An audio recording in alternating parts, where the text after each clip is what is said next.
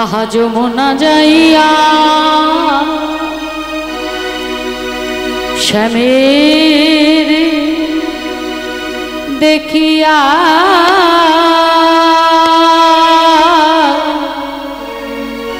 ঘরে আইল বিনোদিনী। আহা যমুনাই যাইয়া শ্যামের দেখিয়া ঘরে আইল বিনোদিনী। আজকে রাধারানী সোনার কলসে নিয়ে গিয়েছিলেন মা যমুনা থেকে জল আনবে বলে। দেখেছেন সোনার কলসি, রূপোর কলসি। আমাদের কি সেই সৌভাগ্য আছে যে আমরা সোনা রূপার কলসি দেখব? আমরা কাঁসা দেখি, পিতল দেখি, মাটি দেখি, অ্যালুমিনিয়াম দেখি, স্টিলও দেখি, কিন্তু রূপা সোনার দেখার সৌভাগ্য আমাদের নেই। কিন্তু রাধারানী হলেন বৃষভানু রাজনন্দিনী। তাই আজকে সোনার কলসি নিয়ে যখনই জল আনতে গেছে মা, আর যেই না জল ভরতে যাবে সঙ্গে সঙ্গে নয়নও পড়েছে আমার গোবিন্দের রূপের দিকে। আর যখনই রূপের দিকে নয়ন গেছে রাধারানীর প্রেমে সর্বাঙ্গ অবশ হয়ে গেছে। আর ওই যমুনার জলে সোনার কলসি যমুনার ওই ঢেউয়ের মধ্যে ধীরে ধীরে যমুনার জলে হারিয়ে গেছে। তাই আজকে রাধারানী ফিরে এসে যমুনা যাইয়া শ্যামেরে দেখিয়া ঘরে আইল বিনোদিনী। আহা যমুনাই যাইয়া শ্যামের দেখিয়া ঘরে আইল বিনোদিনী। বিরলে বসিয়া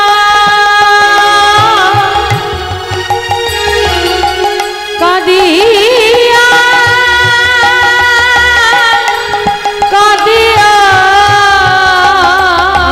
আর বিরলে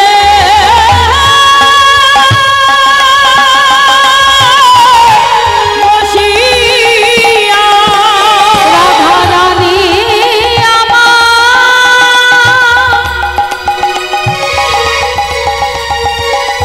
প্রেমময়ী বিনোদিনী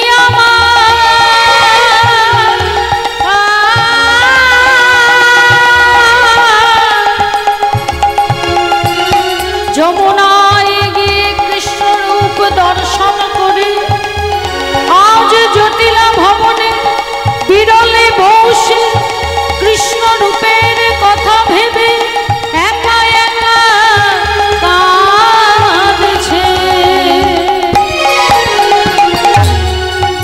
আহা বিরলে বসিয়া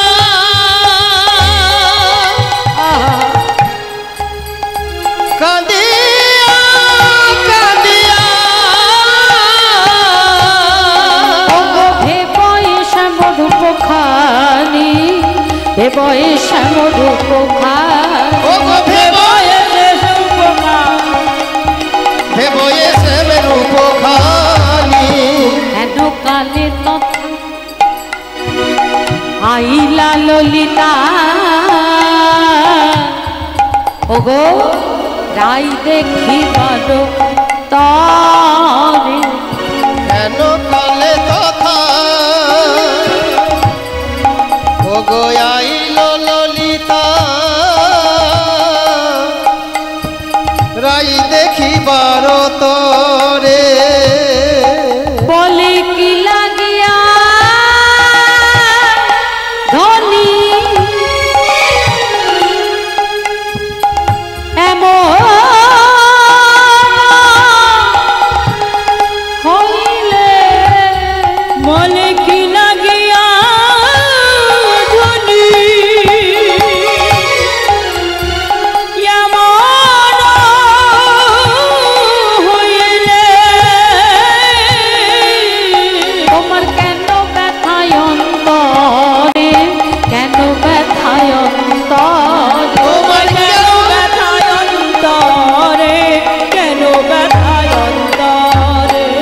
রূপ দেখে কে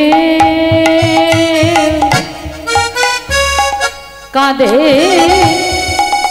নাকি গো, রূপ দেখে কেউ কাঁদে নাকি গো, ও যে পথে ঘাটে রো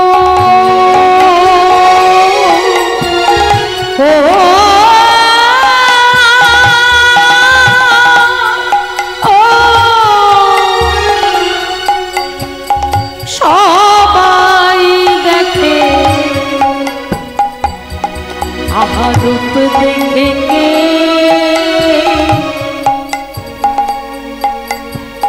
কাঁদে নাকি গো, ওই রূপ দেখে পথে ঘাটে রূপ সবাই দেখে, রূপ দেখে কেউ কাঁদে নাকি ওই গো, পথে ঘাটে সবাই দেখে, রূপ দেখে কেউ কাঁদে নাকি গো, পথে ঘাটে রূপ সবাই দেখে, রূপ দেখে কেউ কাঁদে নাকি গো, হরি দেখে কেউ কাঁদে নাকি গো, পথে ঘাটে রূপ সবাই দেখে, রূপ দেখে কেউ কাঁদে নাকি গো, ঘাটে রূপ সবাই দেখে, রূপ দেখে কাঁদে নাকি গো, কত ব্যথায় অন্তরে গো, কত ব্যথায় অন্তরে। রাধারানী কাঁসা পিতল স্টিল অ্যালুমিনিয়াম রূপ নয়, সোনার কলসি হারা এসেছে। বাবা হ্যাঁ, ওই দজ্জাল শাশুড়ি ছেড়ে দেবে ভেবেছো? হ্যাঁ, একেবারে কোমর বেঁধে এসছে। বাপ মাকে কিছু শেখাইবি নাকি? হ্যাঁ, বলি এত অলক্ষণ তোমার মধ্যে, বলি কোন গুণই তো নেই। জানো সোনা হারানো কত খারাপ? হ্যাঁ, অলক্ষী কোথাকার, ওই যমুনায় জল আনতে গিয়ে সোনার কলসিটা হারিয়েবে। হ্যাঁ, যেভাবেই হোক সোনার কলসি আমায় এনে দেবে। যখন একের পর এক প্রহার করছে, ললিতা সখী বললেন, মা গো, আমাদের রাধারানী তো রাজকুমারী, এই ধরনের কথা শুনতে সে অভ্যস্ত নয়। তুমি ঘরে যাও মা, আমরা ওকে জিজ্ঞাসা করছি কলসি কোথায় হারিয়ে এসছে। যদি পাওয়া যায় তো ভালো, আর যদি পাওয়া না যায় বৃষভানু রাজাকে বলে একটা নয় দুটো সোনার কলসি আমি তোমাকে আনিয়ে দেব। জটিলা চলে গেল অন্দরমহলে, সখীরা আমার রাধা রানীকে ঘিরে বসেছে। ললিতা বলছে, ওগো রাধে, তুই তো বোকা নোস, তুই বোকা নোস, তুই জটিল কুটিল নোস, তুই যথেষ্ট চালাক, যথেষ্ট বুদ্ধিমতী, যথেষ্ট সেবাময়ী, কৃপাময়ী, করুণাময়ী। শুধু শুধু তুই জল আনতে গিয়ে একটা সোনার কলসি হারিয়ে আসবি। আর যাই হোক না কেন, আমাদের কিন্তু তা বিশ্বাস হয় না। আমাদের কি মনে হয় জানিস, সোনার থেকেও কোনো মূল্যবান জিনিস তুই দেখেছিস, যেটা দেখতে গিয়ে ওই সোনার কলসি তোর কাছে তুচ্ছ হয়ে সেই সোনার কলসিটা হারিয়ে গেছে। দেখবেন মা, আমাদের কাছে যখন লোহা বা তামার আংটি থাকে তখন কিন্তু সেটাকেই আমরা আনন্দ করে হাতে পরি। যখনই একটা পাশের উপর আংটি এসে যায় তখন তামা বা ওই লোহার আংটি কিন্তু ভালো লাগে না, মানাচ্ছে না। রূপোর পাশে যদি একটা সোনার আংটি আসে তখন কিন্তু ওই রূপোর আংটিটাও ভালো লাগে না। আর যদি ভাগ্য জোরে কোনোভাবে একটা হীরের আংটি পরা যায় তখন কিন্তু ওই সোনার আংটিটাও তুচ্ছ হয়ে যায়। হরি বল, হরি বল। তাই সখীরা বলছে, নিশ্চয়ই সোনার থেকেও মূল্যবান কোনো বস্তু তুই দেখেছিস, যার জন্য তোর কাছে ওই সোনার কলসিটাও তুচ্ছ হয়ে গেছে। রাধারানী আমার বললেন, ওরে ললিতা রে, ওরে ললিতা রে, তোরা তো আমার শাশুড়ি ননদের মতো অবুঝ নয়। তোদের যদি অনুরাগ মাখা নয়ন থাকে তবে একবার ভালো করে আমার দিকে চেয়ে দে। যদিও ভাই আমি যমুনার জলে একটি সোনার কলসি হারাই এসেছি, যদিও বা যমুনার জলে একটা সোনার কলসি হারাই এসেছি, কিন্তু আমি দুটি নয়ন কুম্ভ ভরে এনেছি। দুটি নয়ন কুম্ভ আমি ভরে এনেছি। দুটি নয়ন কুম্ভ আমি ভরে এনেছি। দুটি নয়ন কুম্ভ ভরে এনেছি। গোবিন্দের রূপ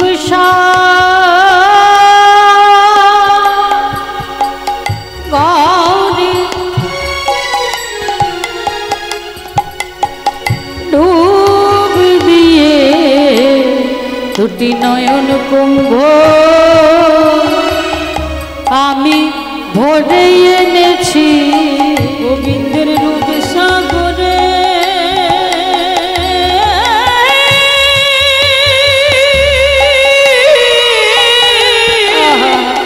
ডুব দিয়ে ললিতা ও বিশাখা রূপ সাগরে ডুব দিয়ে ওরিও ললিতা ও বিশাখা রূপ সাগরে ডুব দিয়ে ও ললিতা ও বিশাখা সাগরে ডুব দিয়ে বিশাখা রূপ সাগরে ডুব দিয়ে ও ললিতা ও বিশাখা দুটি নয়ন কুম্ভ ভরে এনেছি। ললিতা সখী অষ্টসখী পরিবৃতা হয়ে আমার রাধা রানীকে ঘিরে বসে বলছে, ওগো রাধে, তুই গোবিন্দের রূপসাগরে রূপ দিয়ে যে নয়ন কুম্ভ ভরে এনেছিস সেই রূপের কথা আমাদের কাছে খুলে বল, আমরাও একটু শুনি। রাধারানী বলছে, ললিতা দেখেছে আমার নয়ন আর বলবে আমার বদন। নয়নের যদি বলার মতো বদন থাকতো তাহলে আরো ভালো করে বলতে পারত, বা বদনের যদি দেখার মতো নয়ন থাকতো তাহলে বদন আরো সুন্দর করে দেখতে পারত। তাই দেখেছে নয়ন বলবে বদন। তোরা যখন আমার কাছে আমার বধূর রূপের কথা শুনতে এসেছিস, আহা আমি নিজেকে বড় ভাগ্যবতী মনে করছি। কেন জানিস সখী, এই জগতে আমার বধূর রূপের কথা বলার ভক্ত অনেক আছে, কিন্তু বধূর রূপের কথা শোনার মতো ভক্ত নেই। শোনার ভক্তের বড় অভাব। তাই তোরা যখন এসছিস আমি অবশ্যই তোদের কাছে আমার বধূ রূপের কথা বলবো, তোরা সবাই মিলে আমাকে আশীর্বাদ কর। আমার বধূর বদনটা কেমন জানিস? ও ডল জিতি সার সুধা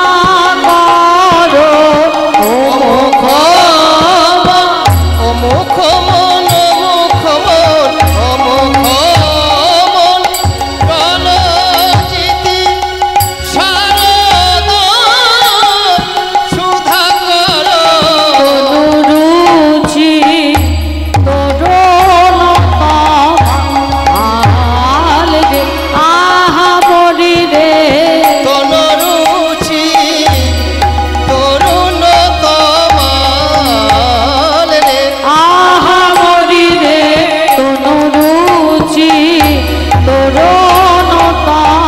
তরুণতমাল রে মরি রে তনু আমি দেখে যে এলাম রে তনু রুচি আমি দেখে যে এলাম রে তনু রুচি আমি দেখে যে এলাম রে তনু রুচি আমি দেখে যে এলাম রে তনু রুচি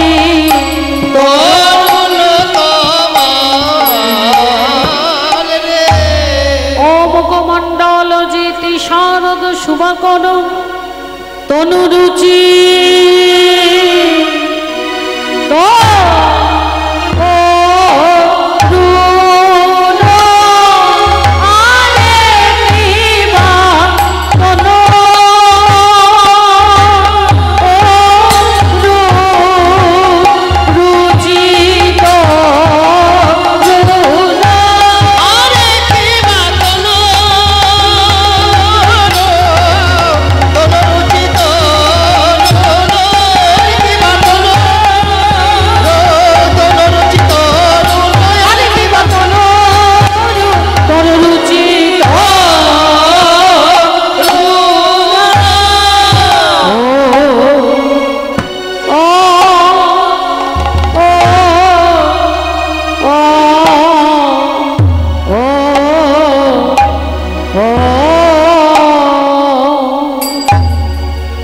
তনুরুচি তরুণতমা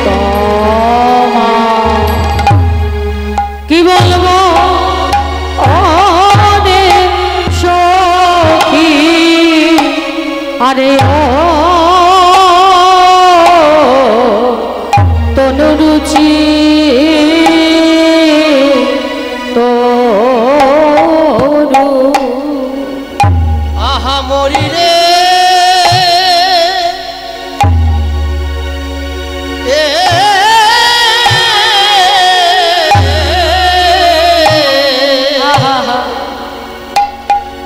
দেখলাম চাঁদ চিনি বদনে খানি অঙ্গ জ্যোতি তরু তোমার হঠাৎ দেখে এই মনে হয় একটি তমালে গাছে তমালে গাছে তমালে গাছে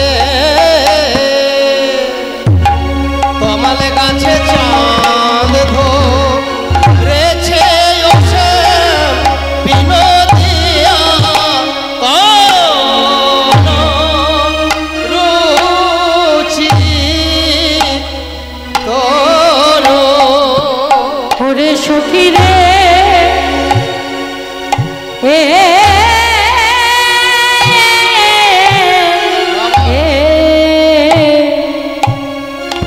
চাঁদ যিনি যা বদন চা বদনে চাঁদ বদন যিনিও তার তনুখানি বাবা আজি হঠাৎ দেখলেই এই মনে হয় যেন বধুই আমার তমাল গাছে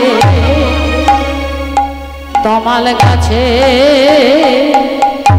তমাল গাছে চাঁদ ধরেছে হে না ভাই বাঁকা তো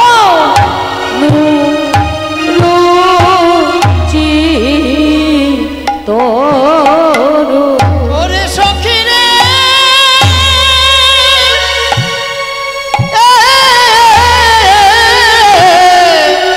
বলি হারে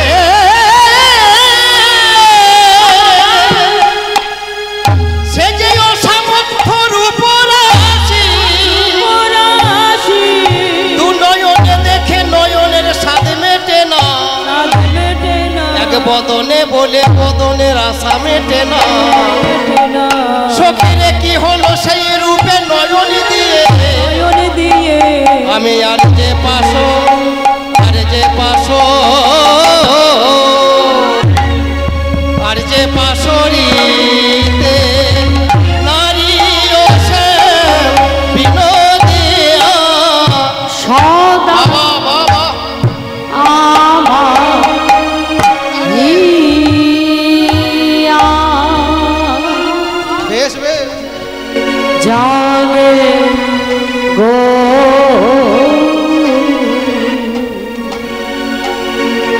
আমি আর যে যে পাশো দিতে না আরি সখী ওই রূপ আমার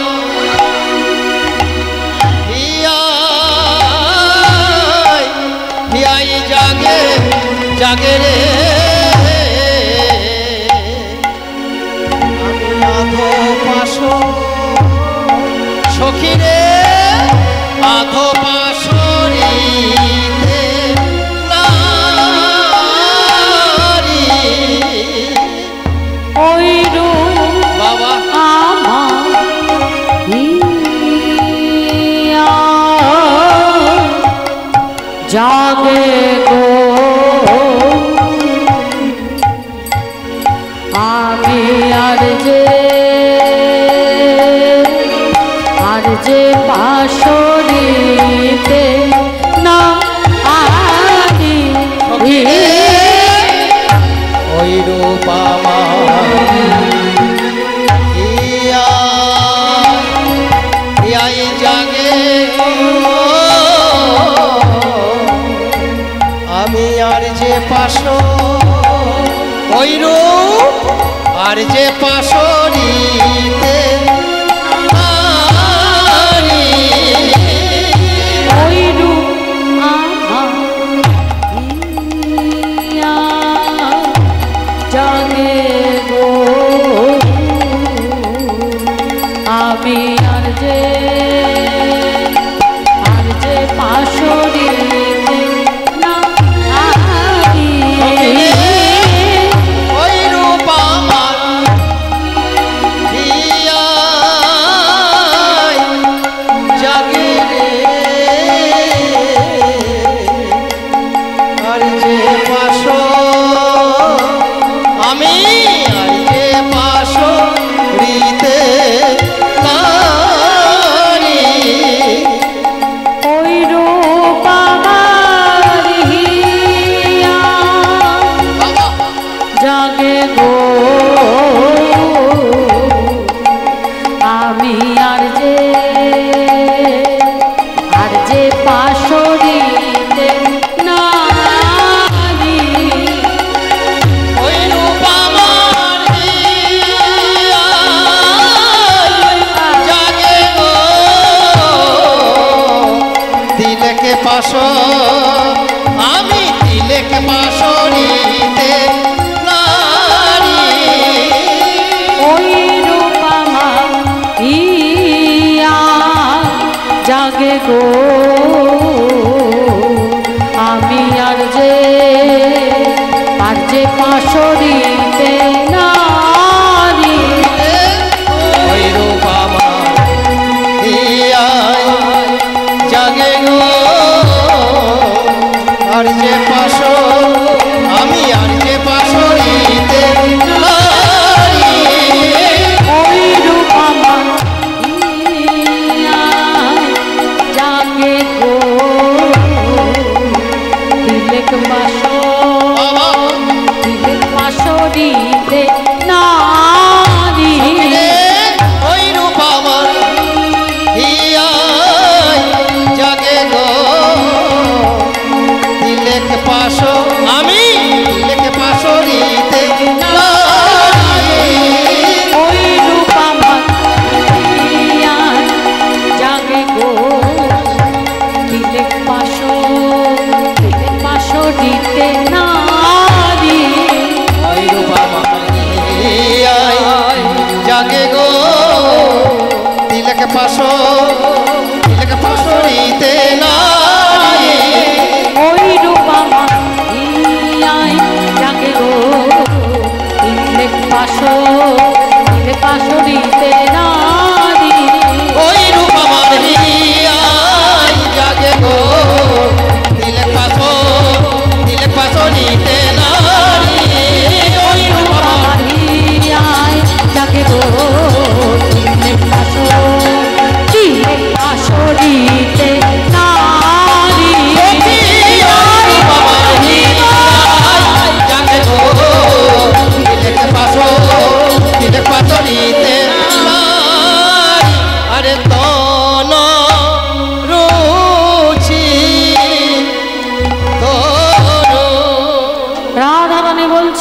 বধূ কেমন রূপ, অবুকমণ্ডল জিতি শারদ সুধা কর, তনরুচি তরুণতমা। আমার বধূর বদন আকাশের ওই পূর্ণিমার চাঁদ, শরৎকালীন পূর্ণিমার চাঁদকেও জয় করেছে। ওমা, আমাদের 12 মাস, আর 12টা মাসে কিন্তু একটা করে পূর্ণিমা, একটা করে অমাবস্যা, তাহলে 12 মাসে কিন্তু 12টা পূর্ণিমা। এই যে 12টা পূর্ণিমার চাঁদ ওঠে, লক্ষ্য করে দেখবেন যেই 12টা পূর্ণিমার চাঁদের মধ্যে শরৎকালে যে দুটো পূর্ণিমা ওঠে, ওই দুটো পূর্ণিমার চাঁদ সব থেকে সুন্দর এবং উজ্জ্বল হয়। যেমন কোজাগরী লক্ষ্মী পূর্ণিমা, আর কোন পূর্ণিমা? রাস পূর্ণিমা। এই দুটো পূর্ণিমার চাঁদ হচ্ছে সব থেকে সুন্দর। কিন্তু আজ আমার রাধারানী তার সখীদের কাছে বলছে, সখীরে, ওই আকাশের শরৎকালীন পূর্ণিমার চাঁদকেও জয় করেছে আমার বধূর শ্রী মুখমণ্ডল। আর দেহটা কেমন জানিস? দেহটা হলো তনুরুচি তরুণতমা, যেন তমাল গাছের মতো।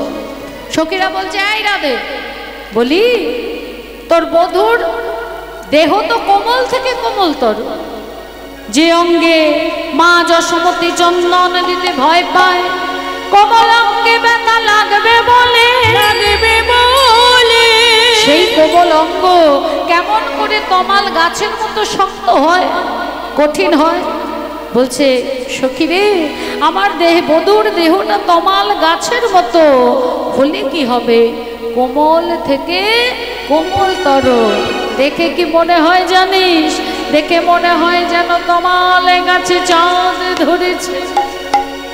বধূর মাথার মধ্যে একটা ঝুঁটি, আর তার মধ্যে একটা চূড়া বাঁধা। চূড়ে চারো শিখণ্ড পণ্ডিত, চূড়ে চারু শিখণ্ড পণ্ডিত, চূড়ে চূড়ে চূড়ে চূড়ে চূড়ে চূড়ে চূড়ে চূড়ে চূড়ে চূড়ে চারু শিখণ্ড পণ্ডিত, মালতী মধুমদ মাল রে, আহা বলি রে, মালতী মধুকর মান রে। বলি ভ্রমর ঝাঁকে ঝাঁকে ঝাঁকে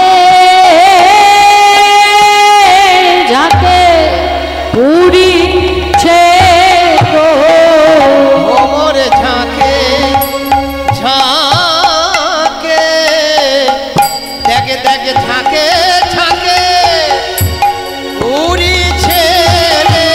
ভ্রমর ঝাঁকে ঝাঁকে ওরে গো, মকরন্দ পথ করবে বলে, ভ্রমর ঝাঁকে ঝাঁকে উড়ে গো, মকরন্দ পান করবে বলে, ভ্রমর ঝাঁকে ঝাঁকে উড়ে গো, মকরন্দ করবে বলে। ভ্রমর ঝাঁকে ঝাঁকে।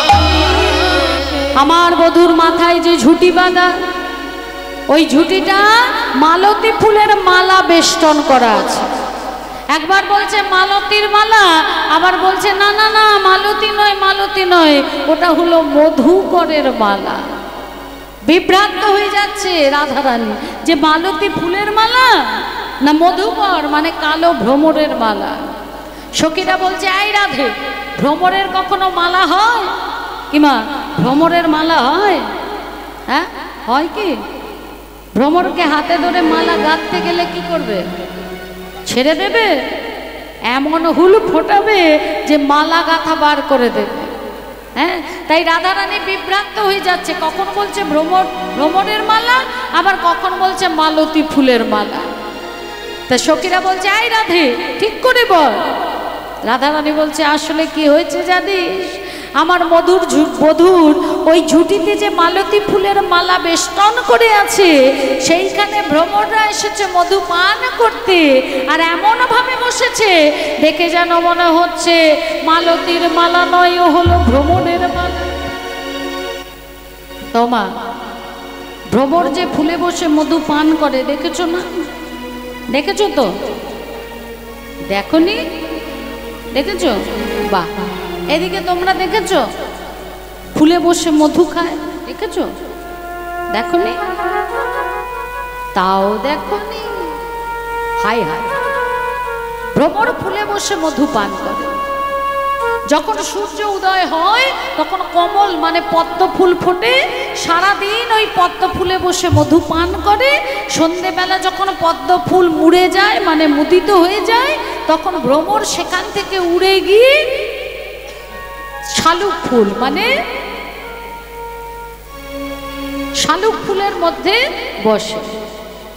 তাহলে সকাল থেকে বসে কি কমল মানে পদ্মে, আর যখনই সূর্য অস্ত গিয়ে চাঁদের উদয় হয় তখনই ওই ভ্রমর উড়ে যায়, উড়ে গিয়ে বসে শালুক ফুলে। তা সখীরা বলছে ফুলে বসে যে মধু পান করে, মধু পান করা হয়ে গেলে সে তো উড়ে চলে যায়, কিন্তু এখান থেকে সে উঠছে না কেন? রাধারানী বলছে কেন উঠছে না? আমার কি মনে হচ্ছে জানিস, কৃষ্ণ চরণ কমল মধু পান করবে বলে তারা প্রেমানন্দে গান করে গো। চরণ কমল পান করবে বলে প্রেমানন্দে গান করে গো, আনন্দ পান করবে বলে কৃষ্ণের চরণের কমল মধু পান করবে বলে ভ্রমর ঝাঁকে ঝাঁকে এসে বসেছে, তারা আর সেখান থেকে উঠছে না। ও মা, সেই ভ্রমরের ঘটনা শুনেছ? ভ্রমরের গল্পের কথা। এই ভ্রমর হচ্ছে সাধু, জানো কেন বলো তো? সে শুধু মধু পান করে, ফুলে ফুলে উড়ে উড়ে ঘুরে ঘুরে শুধু মধু পান করে। তা দেখো সাধু সঙ্গ করলে কি হয়। একটা ভ্রমর প্রত্যেক দিন ভোরবেলা সে গুনগুন গুনগুন গুনগুন করতে করতে কোথায় যেন যায়। একটা গোবরে পোকা রোজ দেখে যে ভ্রমর সাধুটা কোথায় যাচ্ছে, তাই গোবরে পোকা ভ্রমরের সঙ্গে একটা বন্ধুত্ব করে নেয়। একদিন গোবরে পোকা ওই ভ্রমরকে বলে, বন্ধু আমাদের এতদিন বন্ধুত্ব হয়ে গেল, কোনোদিন তুমি আমার বাড়ি এলে না আর আমিও তোমার বাড়ি গেলাম না, তাহলে একদিন আমরা একে অপরের বাড়ি যাব আর গিয়ে মনের মতো আমরা সেবা করব। ভ্রমর মনে মনে ভাবছে আমি যদি গোবরে পোকার বাড়ি যাই তাহলে গোবরে পোকা আমাকে গোবর ছাড়া কি দেবে? কি মা, গোবরে পোকার গোবরেই জন্ম গোবরেই মৃত্যু, বাবা খায়ও গোবর, তাহলে যেটা খায় সেটাই না আমাকে দেবে। তাহলে আমি বরং একটা কাজ করি, এই গোবরে পোকাকে আমার বাড়ি নিমন্ত্রণ করি। ভ্রমর বলছে, গোবর বন্ধু তোমার বাড়িতে অবশ্যই যাব, কিন্তু তার আগে একদিন তুমি এসো আমার বাড়িতে। গোবরে পোকা বলছে আমি তো একা যেতে পারবো না, তাহলে ভ্রমর বন্ধু তুমি এসে আমায় নিয়ে যাবে। বেশ তাই হবে। ভ্রমর একদিন গিয়ে ওই গোবরে পোকাকে পিঠের মধ্যে বসিয়ে ভ্রমরের বাড়িতে নিয়ে এলেন। বাড়িটা কোথায় না একটা সরোবর, যেখানে অসংখ্য পদ্ম ফুল ফুটে আছে। এবার নিয়ে এসে একটা ফুলের মধ্যে বসিয়ে দিয়েছে, বসিয়ে দিয়ে বলছে বন্ধু এইখানে বসে তুমি মধু পান করো। ভ্রমর একটা ফুলে বসে মধু পান করছে, আর এই গোবরে পোকাও একটা ফুলে বসে মধু পান করছে। তা ভ্রমর বলছে বন্ধু কেমন লাগছে, ভালো লাগছে তো?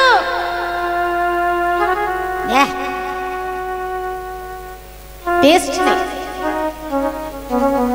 গোবরে পোকার কথা শুনে ভ্রমর ভাবছে সে কি কথা, মধুতে নাকি টেস্ট নেই, স্বাদ নেই।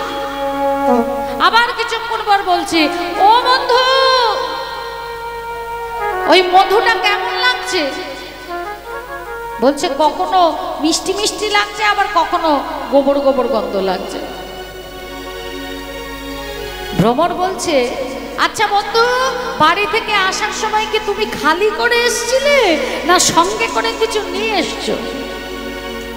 গোবরে পোকা বলছে যে আমি সঙ্গে করে নিয়ে এসছি, ভাবলাম তোমার বাড়িতে যাব, তুমি কি না কি খেতে দেবে, তাই আমি সঙ্গে করে নিয়ে এসছি। মানে একটা গোবরের ডেলা গালের মধ্যে ঢুকিয়ে রেখেছে বা।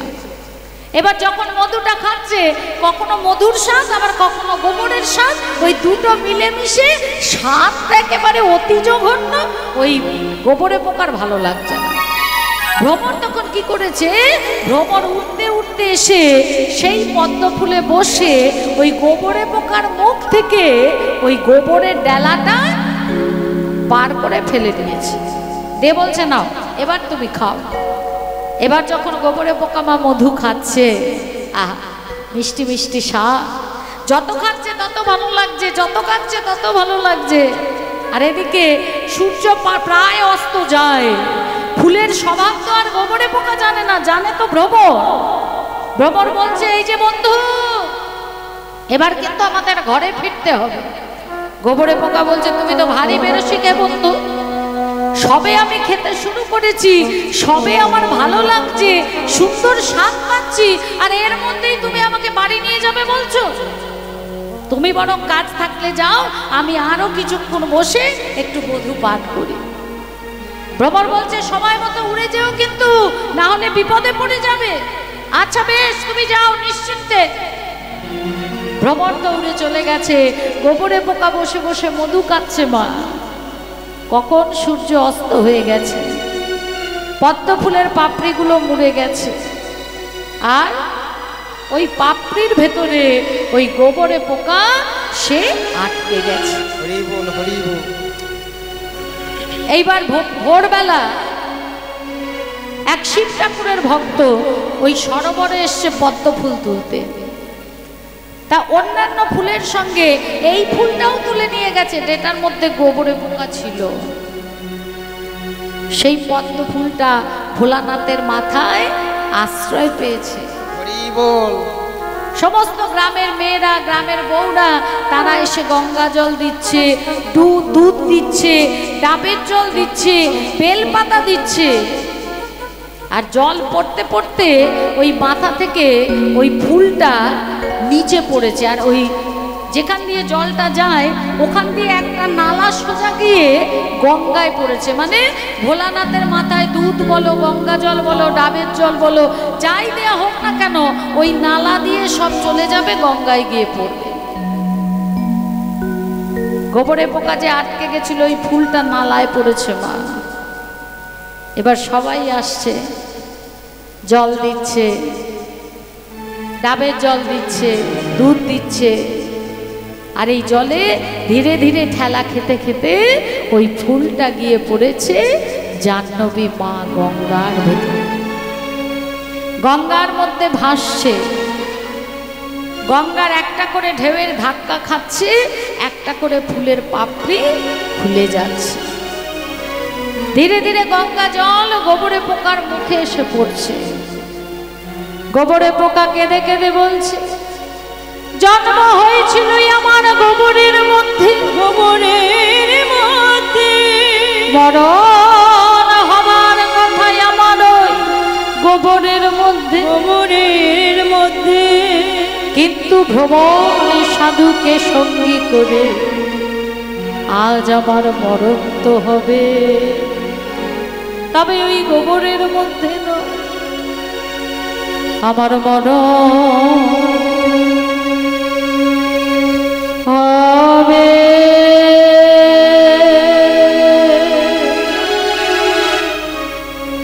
জাহ্নবী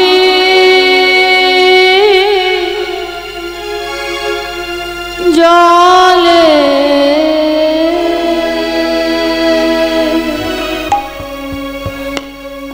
আমার মরণ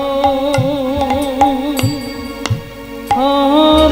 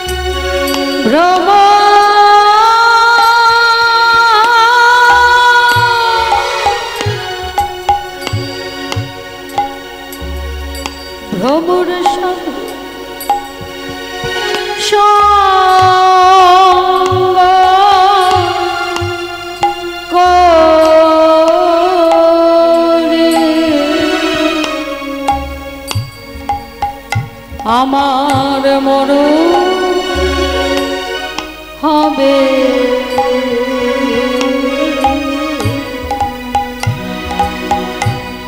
মরণ হবে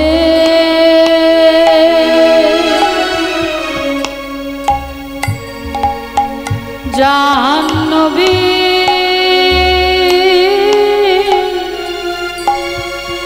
জলে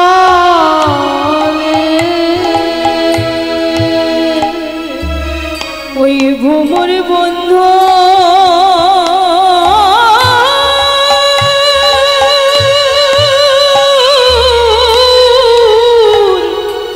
বন্ধুর সঙ্গ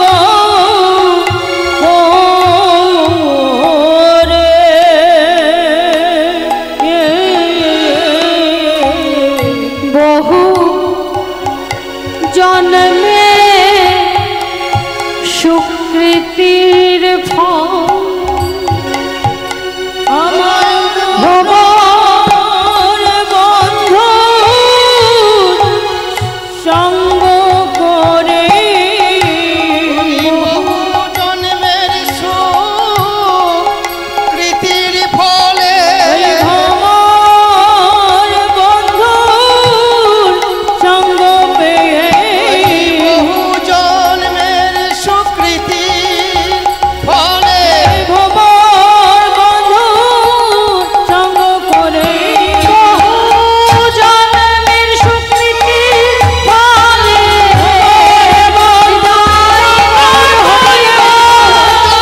সুকৃতির ফলে বন্ধুর সঙ্গ করে বহু জন্মের সুকৃতির ফলে বন্ধুর সঙ্গ করে বহু জন্মের সুকৃতির ফলে আমার মরণ হবে জাহ্নবীর জলে সাধু সঙ্গ সবে মাত্র সবে মাত্র লব মাত্র সাধু সঙ্গ মিটিলে সর্ব সিদ্ধি লাভ হয়।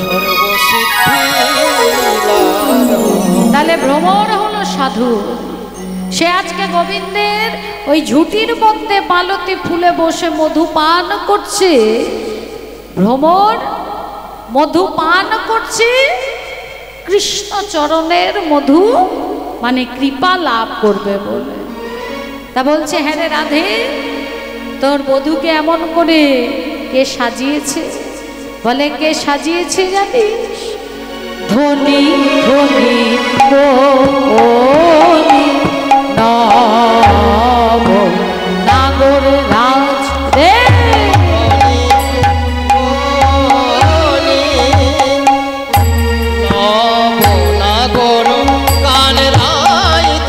ধনী বনি নব নাগর রাজ রে।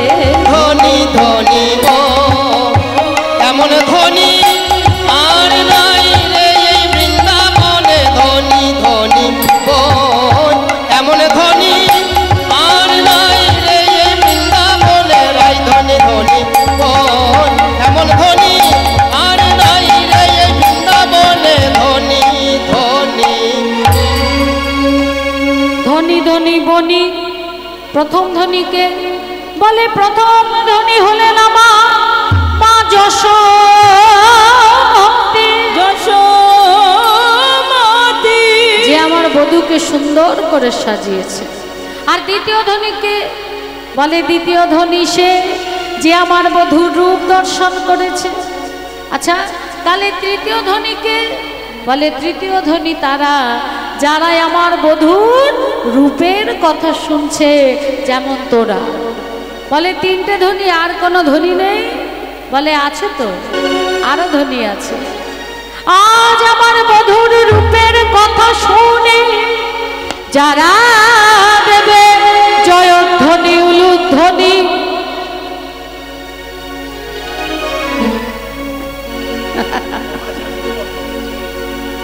ও গল্প করার যা একটা জায়গা করে দিয়েছে না কমিটি দাদা ভাইরা। আমার মায়েরা কীর্তন শুনে যত না খুশি, গল্প করে করে বিশাল খুশি।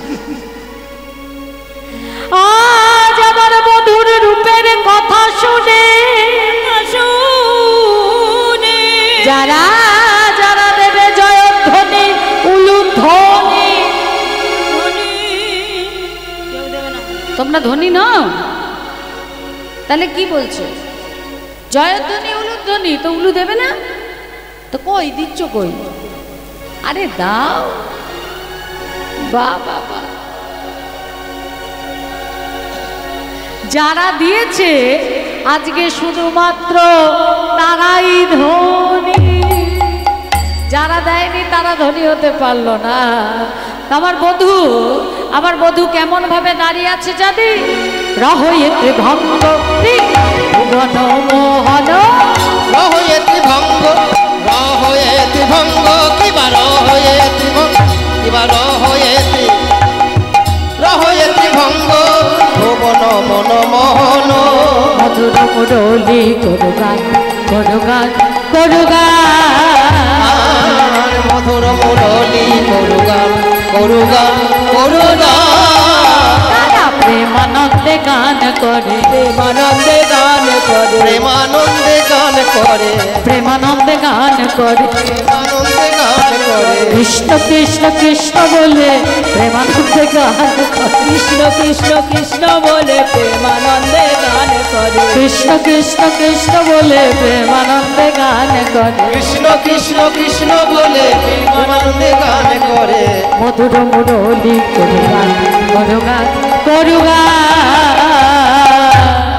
মুরলী করুগান করুগান করুগান। রহয়ে ত্রিভঙ্গ ত্রিভুবন মনোমোহন। তিনটাই বাঁকা, চরণ বাঁকা, কোমর বাঁকা, ঘাড় বাঁকা। আহা, ও মা, বাঁকা জিনিস কখনো সুন্দর হয়? এই সত্যি কথা বলো, সত্যি বলো একদম, বাঁকা জিনিস কখনো সুন্দর হয়? কেউ যদি বাঁকা হয়ে দাঁড়ায় তাকে কেউ সুন্দর বলবে? হ্যাঁ কি না? আরে ঘাটটা নাড়ো না, হ্যাঁ হলে হ্যাঁ বলো, না হলে না বলো। যাও, তোমাদের সঙ্গে কথা বলবো না। এই ভাইরা, তোমরা বলো তো, যদি কেউ বাঁকা হয় তাকে কেউ সুন্দর বলবে? হ্যাঁ, এই তো দেখেছো কত ভালো ছেলে বলছে না, সত্যি তো বলবে না। তো সখীরা বলছে যে বধূ রূপ নিয়ে তো বড়াই করছিস, সে তো তিনটাই বাঁকা, চরণ বাঁকা, কোমর বাঁকা, আবার ঘাড় বাঁকা। তাহলে বাঁকা জিনিস কেমন করে সুন্দর হয়? রাধা রানী আমার বললেন, ওরে সখী রে, ওরে সখী রে, সব সোজা জিনিস সুন্দর হয় না, কখনো কখনো বাঁকা জিনিসও সুন্দর হয়। যেমন আকাশে রামধনু ওঠে, রামধনু যদি সোজা উঠতো তাহলে কি তাকে সুন্দর দেখতে লাগতো? বাঁকা বলেই না সুন্দর লাগে। আর জানিস তো, আমার বধূ আগে সোজাই ছিল, সোজা থাকতে থাকতে বাঁকা হয়েছে। কেন জানি? স্বর্গের দেবদেবী গন্ধর্ব কিন্নর কিন্নরী দুটি বাহু তুলে কেঁদে কেঁদে বলছে, হে গোবিন্দ দেখা দাও, হে গোবিন্দ দেখা মর্তের মানব বলছে, হে গোবিন্দ দেখা দাও। পাতালের নাগ নাগিনী দানব দৈত্য বলিরাজ বলছে, হে গোবিন্দ দেখা দাও। গোবিন্দ দেখা দাও। তাহলে ওই দেবতাদের ডাক শুনতে গিয়ে ঘাড় বেঁকেছে, মর্তের মানুষের ডাক শুনতে গিয়ে কোমর বেঁকেছে, আর ওই পাতালের ডাক শুনতে গিয়ে চরণ বেঁকেছে। বধূ আমার তিনটাই বাঁকা। তাছাড়া মা দেখবে, একটা সোজা মোমবাতি রাখবে আর তার পাশে কোনো প্রদীপ রাখবে। ওই প্রদীপের তাপটা যখন মোমবাতিতে লাগবে, ওই সোজা মোমবাতি ওই সোজা থেকে বাঁকতে বাঁকতে পুরো বেঁকে যাবে। তাই বলছে আমার বধূ সোজা ছিল, কিন্তু মোমবাতি মানে তিন প্রকার গোপীর জ্বালায় পড়ে ওই বাঁকতে বাঁকতে একেবারে বেঁকে গেছে। তিন প্রকার গোপী: নিত্য সিদ্ধা, কৃপা সিদ্ধা, সাধন সিদ্ধা গোপী। নিত্য সিদ্ধা গোপী কারা? যারা নিত্য আমার গোবিন্দকে সেবা দেন, যেমন রাধা রানী অষ্টসখী। কৃপা সিদ্ধা কারা? যারা 1 মাস ধরে কাত্যায়নী মায়ের ব্রত করেছিলেন, প্রাণ গোবিন্দকে 1 রজনীর জন্য হলেও পতি করে পাবার জন্য। আর সাধন সিদ্ধা গোপী এরা হলো বাল্যখেল্য মুনি, এই কোড়ে আঙুলের এই এক করের মতো এদের উচ্চতা। রামচন্দ্র যখন বনবাসে, রামচন্দ্রের অভিষেক, রাজ্যাভিষেক 1 বছর পূর্ণ হয়েছে, তাই সীতা দেবী রামচন্দ্রের সেবা করছে, মানে উদযাপন করছে বনের মধ্যে।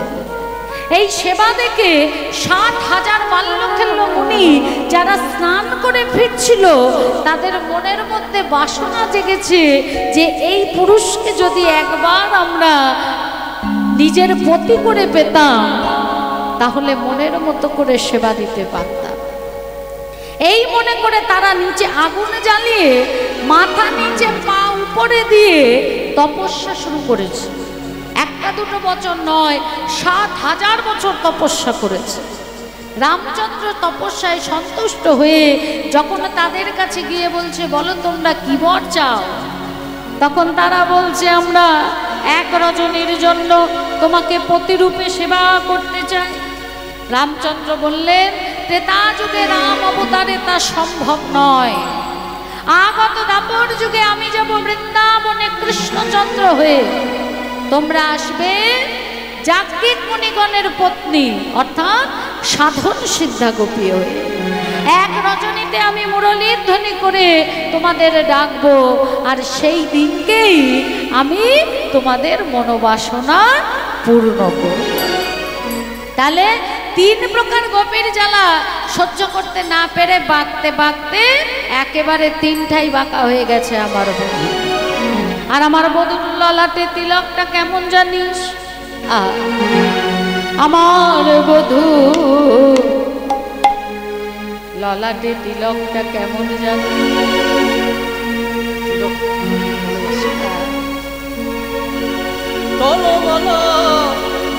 অলকাতি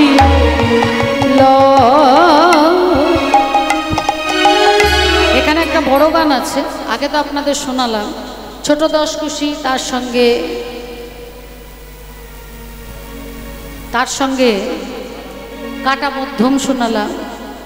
হ্যাঁ, তা এই যে এই গানটা আছে তেওর তালের ওপর, 14 মাত্রার তাল। আর আমি বড় তালে যাচ্ছি না, কারণ এমনি রাত, বৃষ্টি পড়ছে, আমার মায়েরা ক্লান্ত হয়ে গেছে, ভাইরাও অত বড় বড় গান মনে হয় না শুনবে। তা যদি আপনারা কেউ বলেন তাহলে করব, না হলে ছোট করে চলে যাব। কোনটা? হ্যাঁ, না না না, বাহ, অলকাতিল আর টলমল অলকা তিলক ভালে ঝলকহি ভাঙকি ধনুয়া ধোয়া আহা ভাঙকি ধনুয়া ধুলা কিবা ভাঙকি ভাঙকি ভাঙকি ধনুয়া ধোয়া ভাঙকি ধনুয়া ধুলা তিলক ঝলমল ঝলমল ঝলমল করে, ঝলমল ঝলমল করে, ঝলমল ঝলমল ঝলমল করে, ঝলমল ঝলমল করে, আমার মধুর লালাতে ঝলমল ঝলমল ঝলমল করে, আমার মধুর লালাতে ঝলমল ঝলমল, আমার মধুর লালাতে তিলক ঝলমল ঝলমল ঝলমল করে, আমার মধুর যাই রে রূপের বালাই যাই রে, আমার মধুর যাই রে শোভার মালাই যাই রে, আমার মধুর আহা যাই রে শোভার মালাই যাই রে, আমার মধুর লহলাটে ঝলমল ঝলমল ঝলমল করে ভাঙকি ধনুয়া ধুনা, ভাঙকি ধনুয়া ধুনা। টলমল অলকা তিলকে মুখ ঝলকই। এই কপালের মধ্যে অলকাও আছে, তিলকাও আছে। তিলক কোনটা? যেটা আমরা পড়েছি। অলকা কোনটা? দেখবেন যাদের খুব কোচকানো কোচকানো চুল হয়, চান করার পর যখন চুল আঁচড়ায়, চুলটা একদম পেতে যায়, যখনই শুকিয়ে যায় তখন এইরকম গোল গোল রিং রিং মতো হয়ে যায়।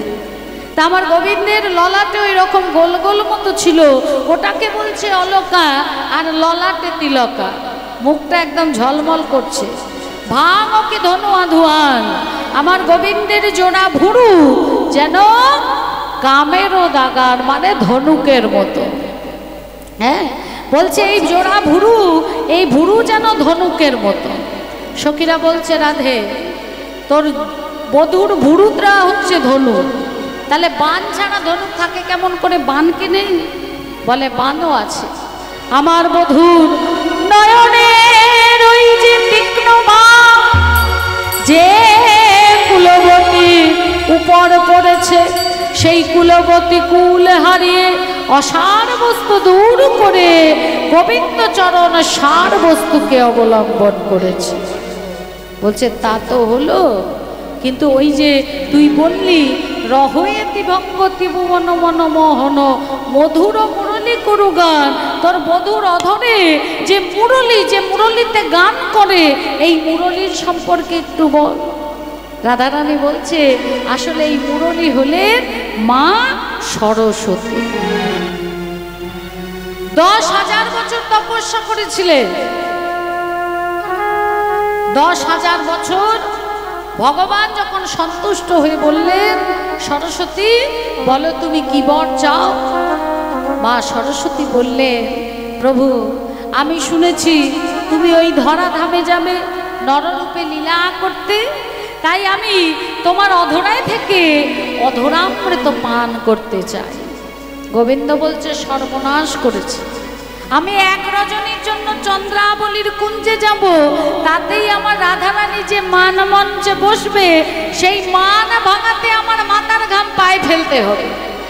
আর তুমি যদি সবসময় আমার সঙ্গে থেকে আমার অধরামৃত পান করো, তাহলে আমার রাধারানীর মানই ভাঙবে না, আমার আর নররূপে লীলাও করা হবে না। সরস্বতী কেঁদে কেঁদে বলে হে গোবিন্দ, হে গোবিন্দ, তবে কি আমার মনের আশা পূর্ণ হবে না? গোবিন্দ বললে তুমি বরং এক কাজ করো, দাপর যুগে যখন আমি লীলা করতে যাব, তখনও তুমি মুরলী হয়ে এসো। হ্যাঁ, তুমি আমার অধরামৃতও পান করবে, সঙ্গেও থাকবে, সেই সঙ্গে লীলাও দর্শন করতে পারবে। তাই মা সরস্বতী যখন মুরলী হয়ে এলেন, প্রাণ গোবিন্দের অধরামৃত পান করলেন, মনে মনে ভাবছে বধূর অধরে এত সুর, এত মধু, এত তৃপ্তি। তা মা সরস্বতী কি করলেন? 6 রাগ 36 রাগিনীর সৃষ্টি করলেন গোবিন্দের অধরের সুরা দিয়ে। সেই সুধা দিয়ে 6 রাগ 36 রাগিনীর সৃষ্টি হলো, আর গোবিন্দের সুধা ওই 6 রাগ 36 রাগিনীর মধ্যে ভাগ করে দিলেন। কুলবতী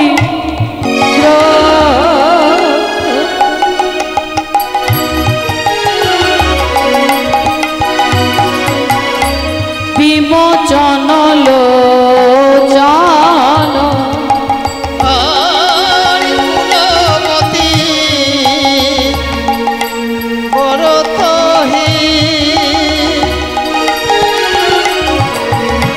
বিমোচন লোচন বিষম কুসুম সর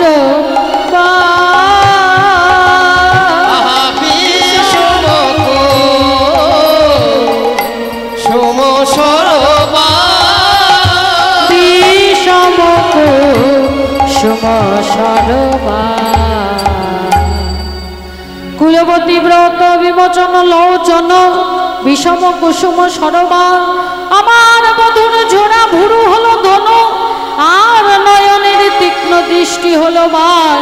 যেই কুলবতীর ওপর একবার পড়েছে, সে তার দেহ মন প্রাণ, লজ্জা ধর্ম কুলশীল মান গরু গৌরব সর্বস্ব হারা হয়ে তার দশা কি হয়েছে জানো?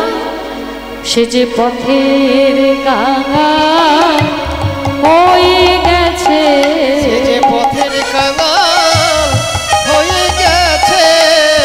গোবিন্দ তোমার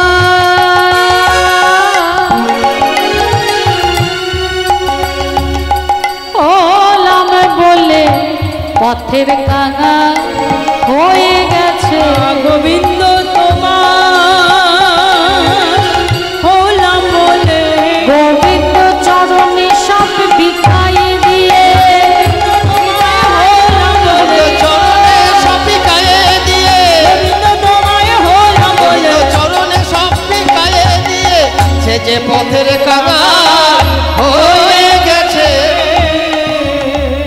হরিব একবার যে কুলবতী ওই রূপ দর্শন করেছে, আর গোবিন্দের তীক্ষ্ণ বাণ যদি তার ওপর পড়েছে, বা এই জাগতিক জগতের অসার বস্তু দূরীভূত হয়ে সার বস্তুকে অবলম্বন করেছে। সার বস্তু কি না গোবিন্দ চরণ, অসার বস্তু কি এই মিছে মায়ার সংসার। হ্যাঁ, এই মিছে মায়ার সংসারে যাদের আমরা আপনজন পরিজন বলে আঁকড়ে ধরি, মা আগের জন্মে কিন্তু এরা আমার আপন ছিল না, পরবর্তী জন্মেও আপন হবে না, কিন্তু কেবলমাত্র ভগবান আগের জন্মেও তোমার, পরবর্তী যতবার আসবে তোমার, এ জন্মেও তোমার। তাই সার বস্তু হচ্ছে গোবিন্দ চরণ, আর বাকি সব কিছু হলো মিথ্যা। তা যারা গোবিন্দ চরণ ভজনা করে, গোবিন্দ চরণ ভজনা করছে, তা ভজনা করা যত সোজা, একবার যদি দৃষ্টি এদিক ওদিক হয়ে যায় তখন কিন্তু সেই ভজন হারিয়ে ফেলাটা আরো সোজা হয়ে যায়। গুরুচরণ আশ্রয় করে যারা উপরের দিকে ওঠে, যদি একবার কোনো ভুল ত্রুটি হয়ে যায় তারা কিন্তু সেই উপর থেকে ধপ করে নিচে পড়ে যায়। তত্ত্বের মাধ্যমে শাস্ত্র প্রমাণ দিলে। 4 বন্ধু ছিল, এই গল্প করবি না, এই আমি গল্প বলছি শোন, হাসবি না। 4 বন্ধু ছিল, একটু একটু করে সবাই মিলে টাকা পয়সা জমিয়েছে, তাদের মনের ইচ্ছে আমেরিকা যাব, আর আমেরিকায় গিয়ে সব থেকে উঁচু হোটেলে থাকবো যাতে গোটা আমেরিকা শহরটা দেখা যায়। এই মনে করে 4 বন্ধু চলে গেছে আমেরিকা। 100 তলার একটা হোটেল রুম বুক করেছে, একদম 100 তলা টপ ফ্লোর, যা দিয়ে পুরো আমেরিকা শহর দেখা যায়। কিন্তু উপর থেকে কি দেখলেই হবে, একটু তো পায়ে হেঁটে ঘুরেও দেখতে ইচ্ছে করে। তা 4 বন্ধু মনে মনে ভাবছে যে আমরা কেউ কিছু কিনবো না, বাইরে কোনো কিছু খাবো না, শুধু হেঁটে ওই কাছাকাছি একটু আমেরিকা শহরটা দেখে আবার ঘরে চলে আসবো। নিজেরাই চিড়ে মুড়ি নিয়ে গেছে ঘরের মধ্যে, তাই খাচ্ছে। তা এই ভেবে 4 বন্ধু নেমেছে। মা আমেরিকা শহর ঘুরতে ঘুরতে অনেক বেলা হয়ে গেছে, আর খুব খিদে পেয়েছে, কিন্তু কাছে অত পয়সা নেই যে অত দাম দিয়ে জিনিস কিনে খাবে। বলছে তাড়াতাড়ি চ আমরা হোটেলে চলে যাই, ওখানে গেলেই তো ওই লিফটের বোতাম টিপলেই ওপরে উঠে যাব, তারপরেই যা খাবার আছে আমরা খেয়ে নেব। এই মনে করে তারা যখন হোটেলে ফিরেছে অনেকটা সময় অতিবাহিত হয়ে গেছে, পেটের মধ্যে ছুঁচোর ডন দিচ্ছে। তা বলছে চ চ চ তাড়াতাড়ি লিফটের মধ্যে উঠি। লিফটে যেই উঠতে গেছে, মা যেই বোতাম টিপতে যাবে, সঙ্গে সঙ্গে কি হয়েছে, কারেন্ট অফ হয়ে গেছে। 100 তলা। 1 ঘন্টা অপেক্ষা করলো, 2 ঘন্টা, 2.5 ঘন্টা অপেক্ষা করলো। এবার যত সময় যাচ্ছে তত তো খিদেও বাড়ছে, আর সহ্য হয় না, কখন কারেন্ট আসবে তার ঠিক নেই। তার থেকে চলন চল, আমাদের এই যে 11 নম্বর আছে 2টো পা, এই পা দিয়ে আমরা হেঁটে হেঁটে 100 তলায় উঠে যাব। আর একজন বলছে ইয়ার কি নাকি 100 তলায় ওঠা। আর একজন বন্ধু বলছে আরে আমরা বরং কোনো গল্প করতে করতে উঠি, তাহলে 100 তলা যে কখন পৌঁছে যাব, পরিশ্রম পরিশ্রম বলে মনে হবে। চতুর্থ বন্ধু বলছে হ্যাঁ তুই ঠিক বলেছিস। তা প্রথম বন্ধু বলছে তাহলে আগে আমি আমার কথা শুরু করি। শোন, আমরা খুব গরিব ছিলাম, আমার বাবা পচা ফল নিয়ে এসে ওই অর্ধেকটা মানে ভালো দিকটা কেটে বিক্রি করত, ওই দিয়ে যা আনতো আমাদের পেট ভরে সেবাও হতো না। তারপর যখন আমি বড় হলাম তখন আমি সংসারের হাল ধরলাম, এখনো কোনো রকমের সংসার চলে। দ্বিতীয় বন্ধু বলছে এই থাম, তোর অভাবের মতো শোনার জন্য হাঁটা শুরু করি। এই প্রথম বন্ধুর মতো শুনতে শুনতে কিন্তু 30 তলা উঠে গেছে।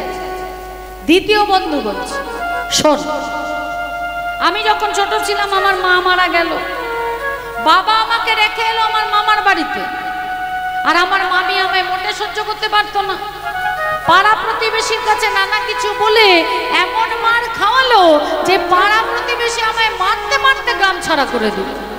আমি ভাবলাম মন্ত্রতন্ত্র শিখবো, আমি সন্ন্যাসী হয়ে আবার গ্রামে ফিরে আসব আর মামিকে মজা দেখাবো। এই মনে করে চলে গেলাম, মন্ত্রতন্ত্রও শিখলাম, বড় বড় চুলদারিও করলাম। আবার যখন গ্রামে ফিরে এলাম বেশ ভালোই যাচ্ছিল, কিন্তু এক জায়গায় গিয়ে অসুবিধা হয়ে গেল।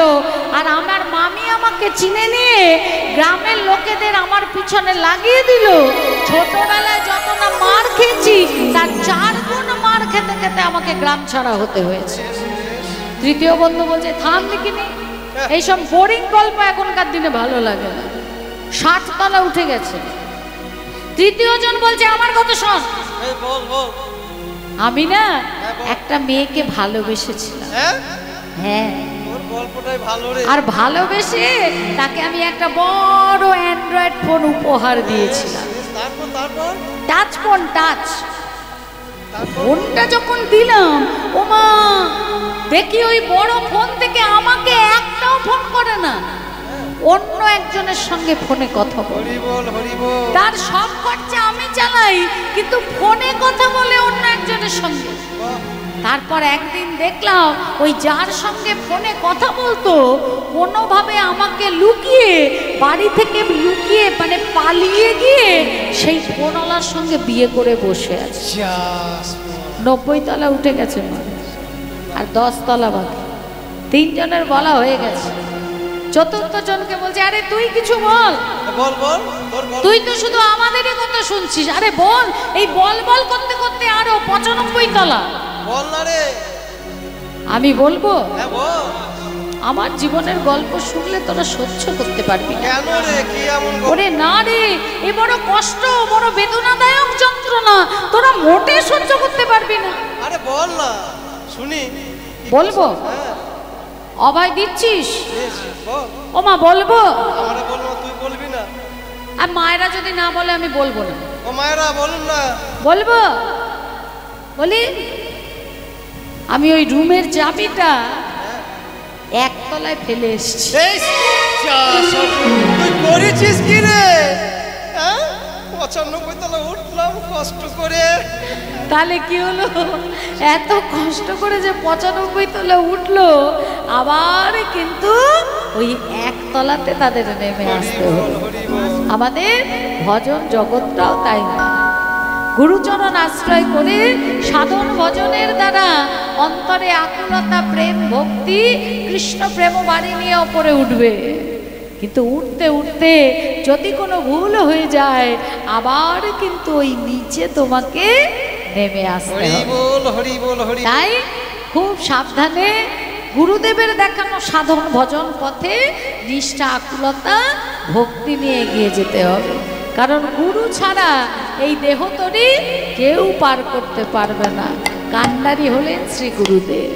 আর যদি দীক্ষা না নেওয়া হয়, এই জীবনটার কোনো দাম নেই, এই দেহটা ছাড় দেহ হয়ে যাবে। তাহলে আজকে এত সুন্দর শ্রীকৃষ্ণের রূপের পদ যে পদকর্তা বললেন, আমরা সবাই একটু তার চরণে প্রণাম জানাবো। জো ছোয়া মদে মদন মন মন্থার জো ছোয়া মোদে মদন মন মন্থর ঘনতহি গোবিন্দ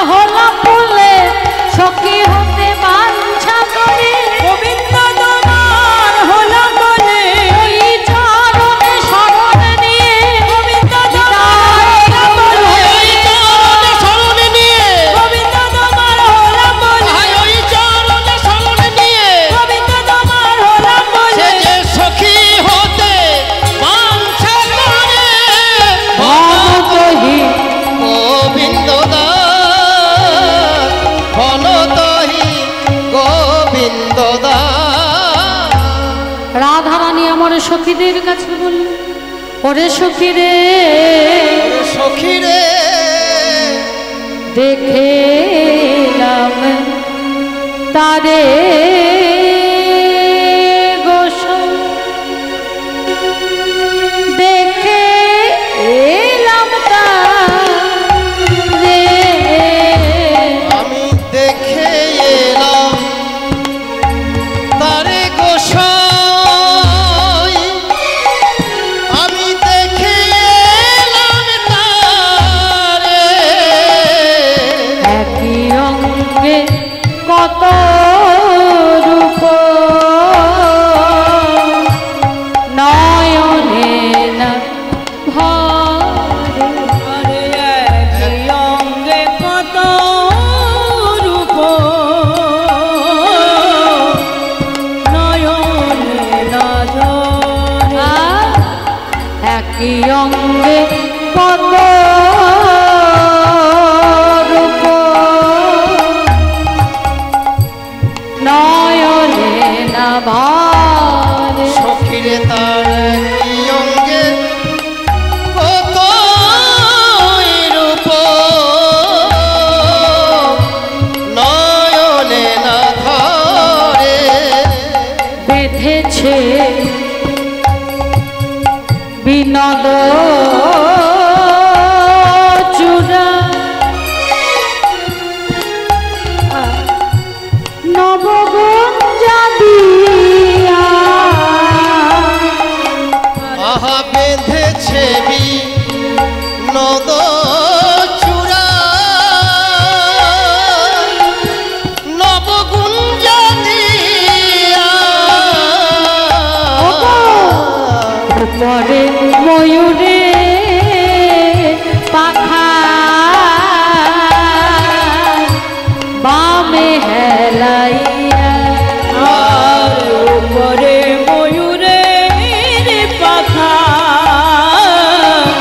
বাঁধে হেলাইয়া। চূড়া বাম দিকে হেলে আছে, চূড়া বাম দিকে হেলে আছে, বাম দিকে হেলে আছে, বাম দিকে হেলে আছে।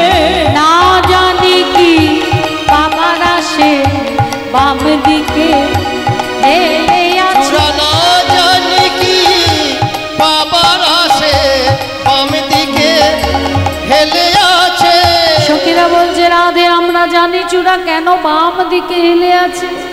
বলবো, রাধে তোর রাঙা চরণ পাবে বলে, জানাই বাবার আসে, রাঙা চরণ পাবে বলে, না জানি কি বাবার আসে, চরণ পাবে বলে, ওই বাম দিকে হেলে আছে, চূড়া বাম দিকে হেলে আছে। আরে বেঁধেছে ময়ূরের পাখা, বামে হেলাইয়া সখীরে, হাতে ময়ূরের পাখা, বামে হেলাইয়া। রাধারানী বলছে, সখীরে এমন করে বলিস না, কোথায় আমার বধুর চূড়া আর কোথায় এই আহিরিনীর চরণ। পদকর্তা এক পাশে দাঁড়িয়ে বলছেন, গো রাধে বিনোদিনী, তুমি যে এমনই ব্যাপারটা তুচ্ছ করবে এটা আমাদের জানা কথা, কারণ কৃষ্ণ প্রেমার এটাই হলো স্বভাব।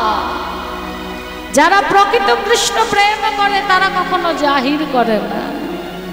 তুমি যে তোমার বধূর কাছে কতখানি সেটা যেমন আমরা জানি, তেমনি অনেক গ্রন্থও আমাদের আরো বেশি করে জানিয়েছে। একবার কি হয়েছে মা, চূড়া আর নুপুরের মধ্যে খুব দ্বন্দ্ব লেগে গেছে। চূড়া বলছে আমি বড়, নুপুর আমি হচ্ছি পূজ্য, তুমি হচ্ছ ত্যায্য। হ্যাঁ, আমি হচ্ছে বড়, তুমি হচ্ছ ছোট। নুপুর হেসে বলছে, কেন তোমার কেন এমন মনে হলো চূড়া? বলে, মনে হলো কারণ আমি ভগবানের মাথার মধ্যে থাকি, কোনো ধুলোবাদী কণ্টকাদি আমাকে স্পর্শ করতে পারে না। কিন্তু চূড়া, তুমি তো ভগবানের চরণে থাকো, যদিও তুমি সোনার চূড়া, তথাপি ওই ধুলোবালি লেগে তোমার সোনার বরণ মলিন হয়ে যায়। নূপুর বলছে, আহা চূড়া, তুমি হলে মূর্খ। ভগবানের মস্তকে বিরাজ করে তুমি নিজেকে বড় মনে করছো, তুমি হচ্ছ মূর্খ। কেন জানো? কত যোগী মুনিগণ ভাবে অলক্ষণ, গোবিন্দে চরণ পাবার ওরে চূড়া রে,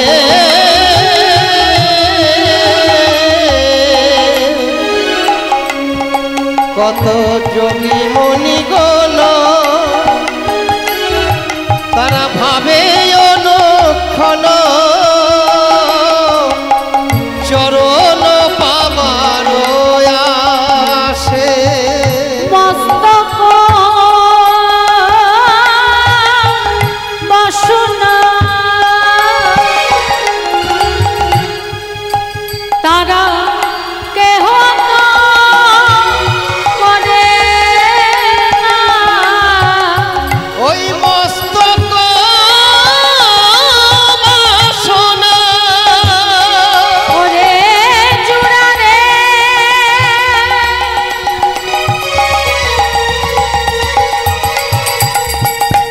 ওরে চূড়া রে, গোবিন্দের মস্তকের বাসনা কেহ তো করে না, সবাই গোবিন্দ ভজনা করে চরণ পাবার আসে। মস্তক তাই মস্তক বাসনা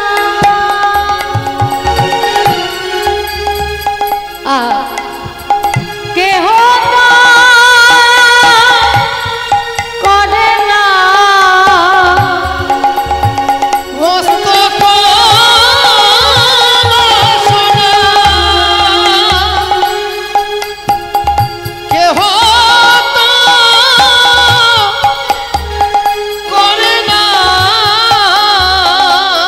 তুমি বাঁচো নাই অহংকারে, বাঁচো নাই অহংকারে, তুমি বাঁচো না অহংকারে, বাঁচো না অহংকারে।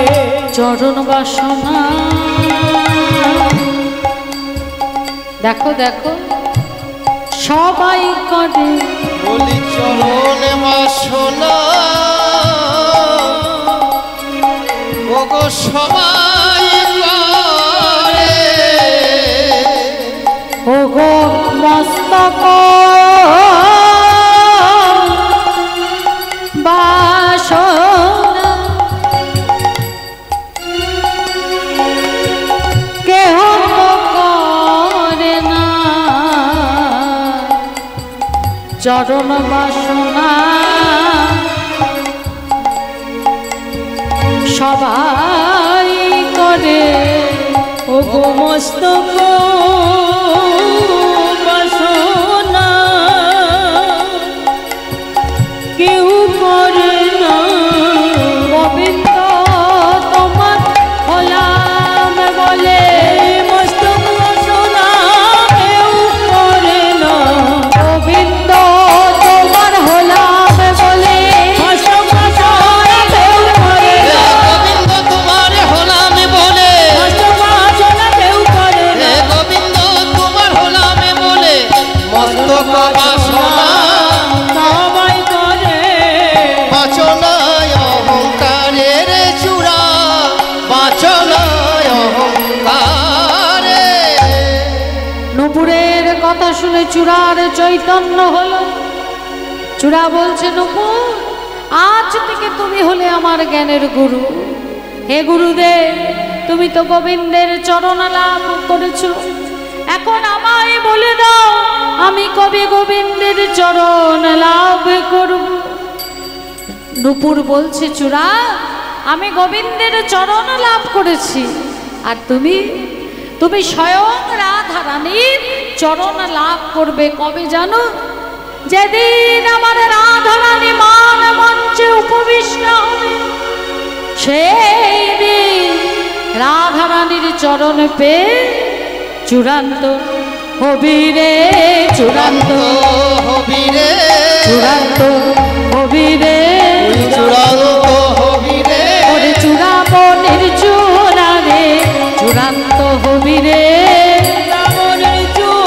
আমার রাধারানীর চরণ পেয়ে রাধারানীর চরণ পেয়ে,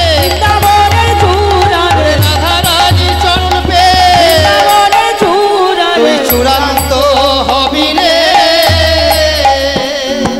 তাহলে ওগো রাধে বিনোদিনী, তুমি আমার গোবিন্দের যে কোথায় সেটা যারা তোমার ভক্ত তারা জানে, আর শাস্ত্র গ্রন্থ অনেকভাবে বলে গেছে। তার রাধারানী আমার বলছে, কালিয়া মরণ কানি চন্দনে তে মাখা, চন্দনে তে মাখা আমার হইতে নাহি গেল জাতি কুল মানে রাখা। রাধারানী আজকে রূপের কথা বলছে মা সখীদের কাছে। কার রূপ? না গোবিন্দের রূপ।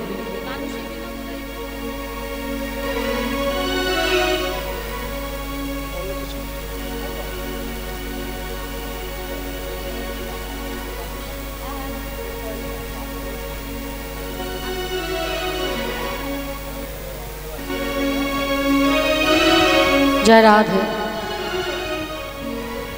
নিতাই গৌর হরে বল। রাধারানী প্রাণবধূর রূপের কথা বলতে বলতে সখীদের কাছে আক্ষেপ করে বলছে, রূপ লাগে আখি ছুটে গুণে মন লাগি আখি জুড়ে গুণে মন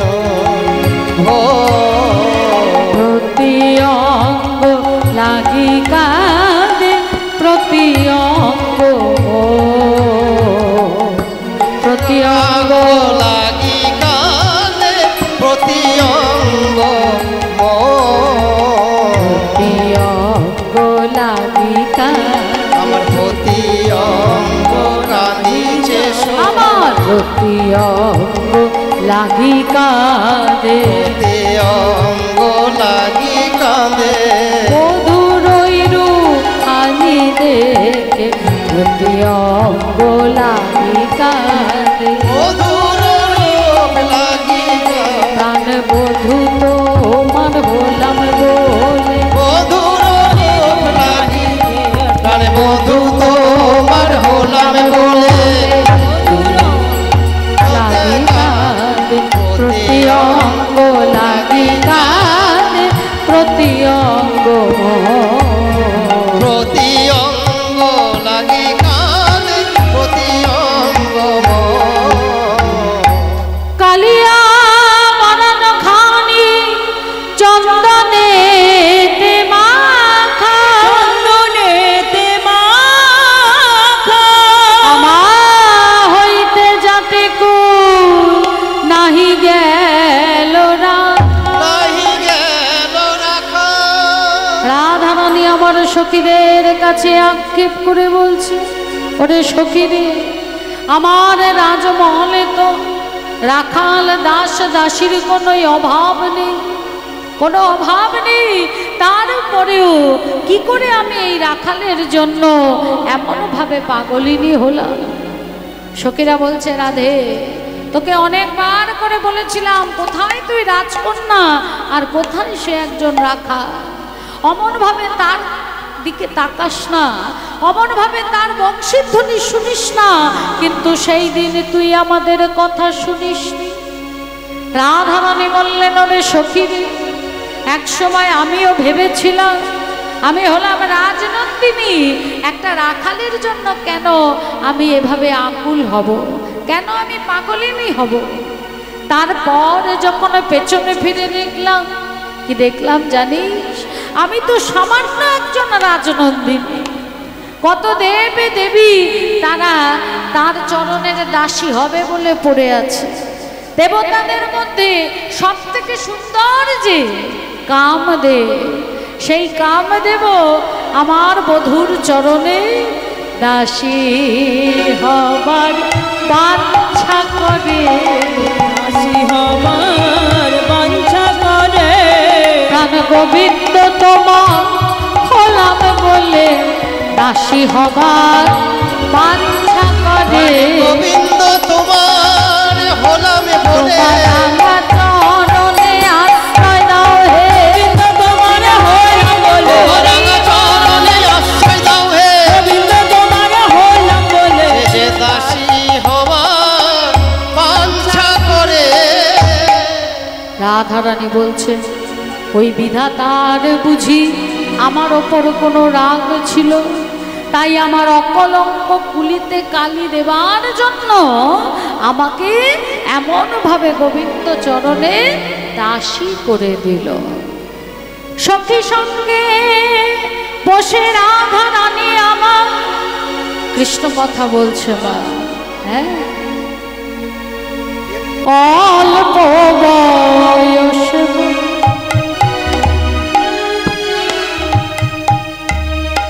শ্যামরসে জড় জড় সখীরে অল্প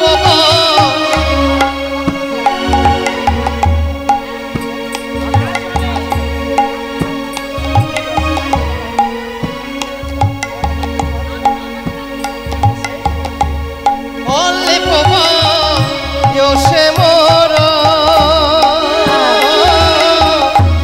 শ্যামের রসে জড় জড় বলি না জানি কি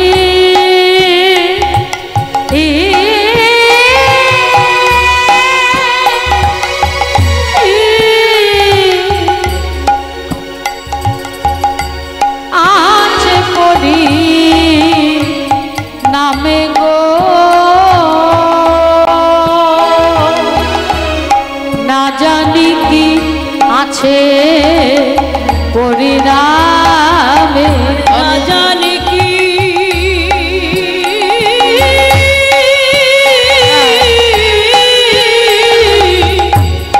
আছে পরে নামে গো, না জানি কি আছে পরিণামে। আমি যদি নয়ন যদি নয়ন বাবা মুতে থাকে বাবা অন্তরে গো গোবিন্দ দেখি, আমি যদি নয়ন মুদে থাকি সখীরে অন্তরে গো বিন্দু দেখি। আমি নয়ন লিয়া দেখি স্বামী গো,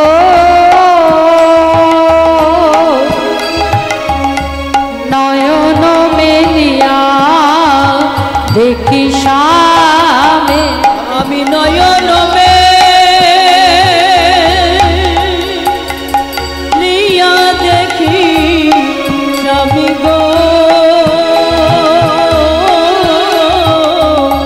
নয়ন মেলিয়া দেখি স্বামী। আমি সর্বত্রই দেখি রে, দেখি রে সর্বত্র দেখি রে, সর্বত্র দেখি রে আমারই স্বামী সর্বত্র দেখি রে, আমার এই প্রাণে সর্বত্র দেখি রে, আমারই স্বামী সর্বত্র দেখি রে, আমার এই শানে, ও ললিতায় বিশাখা, আমার এই শানে, ললিতায় বিশাখা আমার এই শানে, ললিতায় বিশাখা আমার এই শানে, ললিতায় বিশাখা আমার এই শানে, সর্বত্রই দেখি রে ওরে নয়ন মেলিয়া দেখ স্বামী।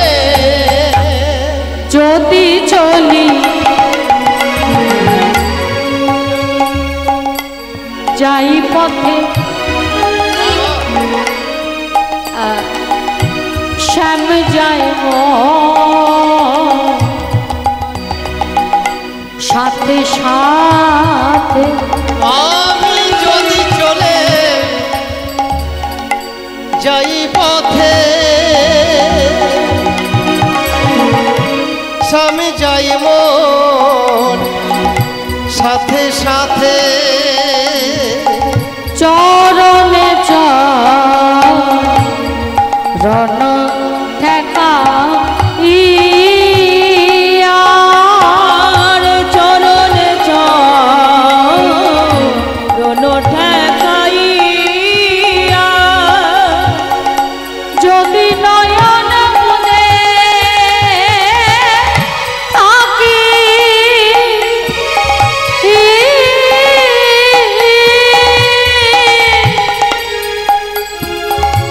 অন্তরে গোবিন্দ দেখি ওরে সখী রে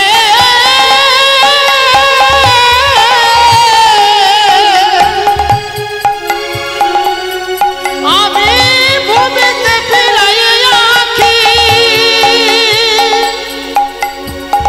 কেউ তো সঙ্গে নাহি দেখি রবে থাকি যেন মরছিয়া আরে মোয়ে থাকি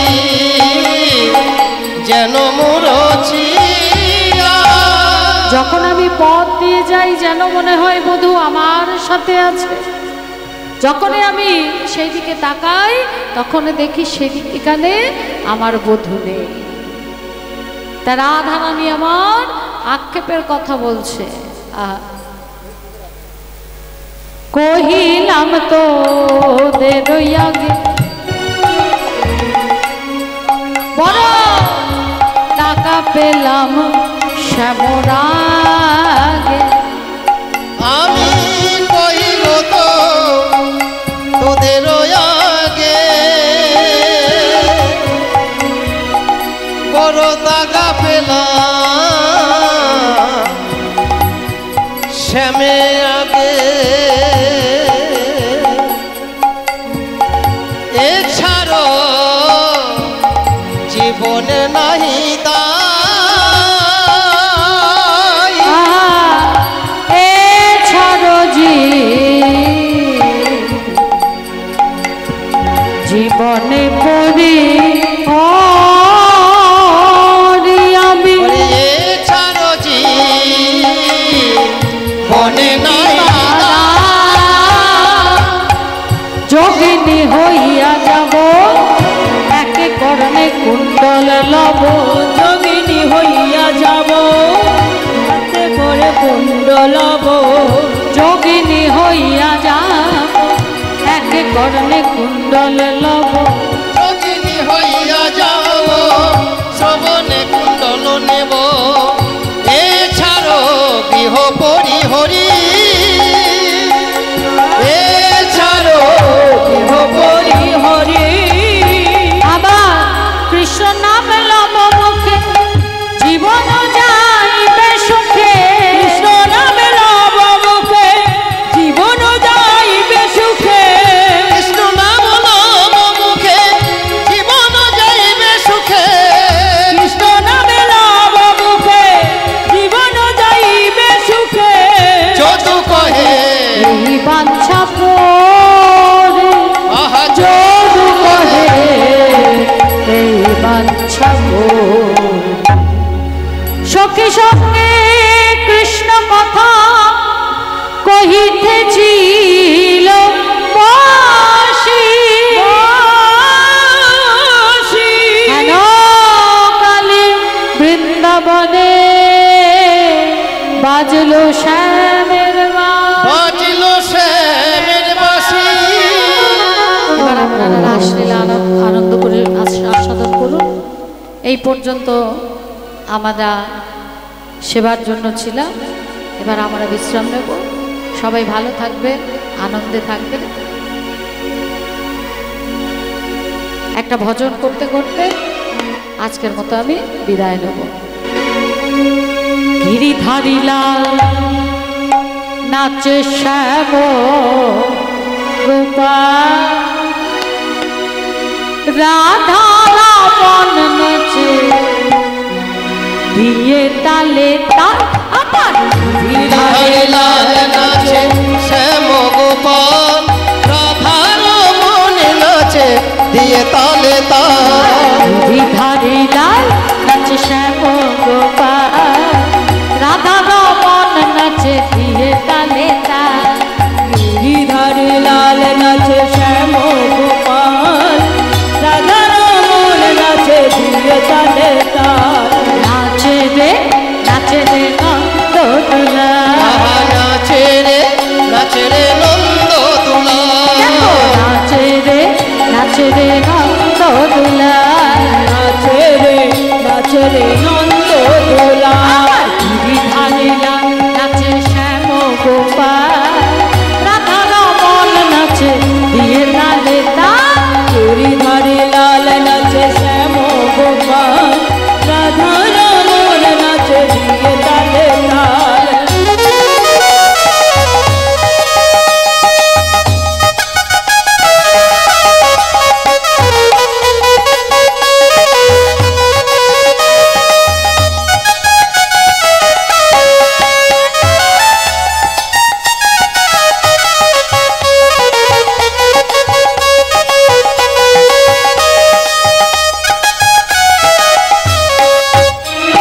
নাচ নাচ মঞ্চে যত ব্রজমালা,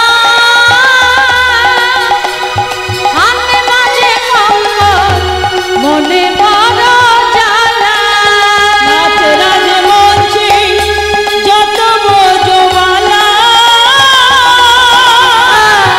হাতে বাজে কঙ্গন মনে বড় জ্বালা। রাস নাচ মঞ্চে যত ব্রজমালা,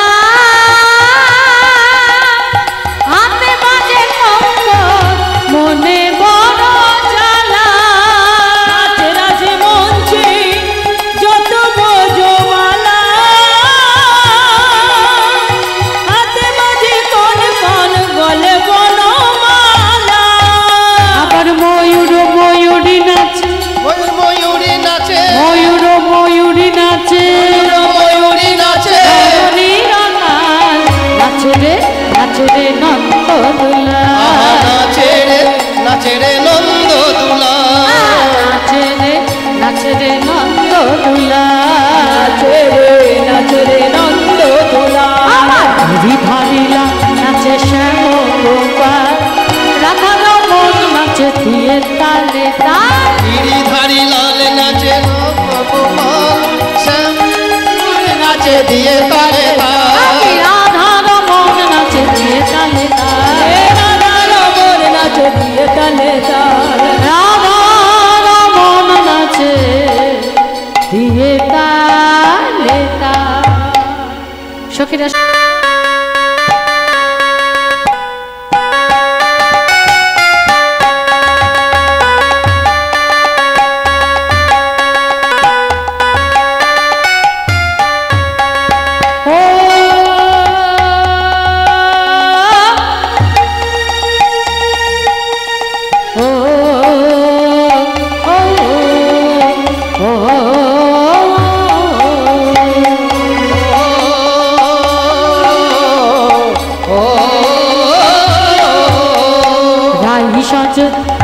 বাঁশি বাজে, রাই সাজে বাঁশি বাজে, না করিল ওলে রে, না পড়িল ওলা, না পড়িল। রাই সাজে বাঁশি বাজে, রাই সাজে বাঁশি বাজে, না পড়িল ইউল রে, না পড়িল ইউল, আহা না পড়িল ইউল। কি সাজিতে কি না সাজে,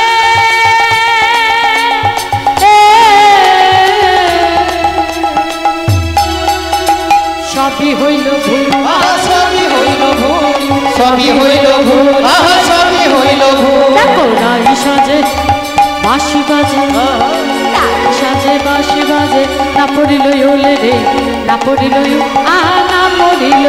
জয় রাধে রাধা গোবিন্দ বল জয় জয় রাধে রাধা গোবিন্দ বল জয় রাধে জয় রাধে জয় রাধে জয় রাধে জয় রাধে জয় রাধে জয় রাধে জয় রাধে জয় রাধে রাধে বল গোবিন্দ বল জয় রাধে রাধে বল গোবিন্দ বল আমার নিতাই নিতাই বল গৌর হরি বল আমার নিতাই নিতাই বল গৌর হরি বল রাধে বল রাধে বল রাধে বল রাধে বল রাধে বল রাধে বল রাধে বল রাধে রাধে বল শ্রী গুরু প্রেমানন্দ নিতাই গৌর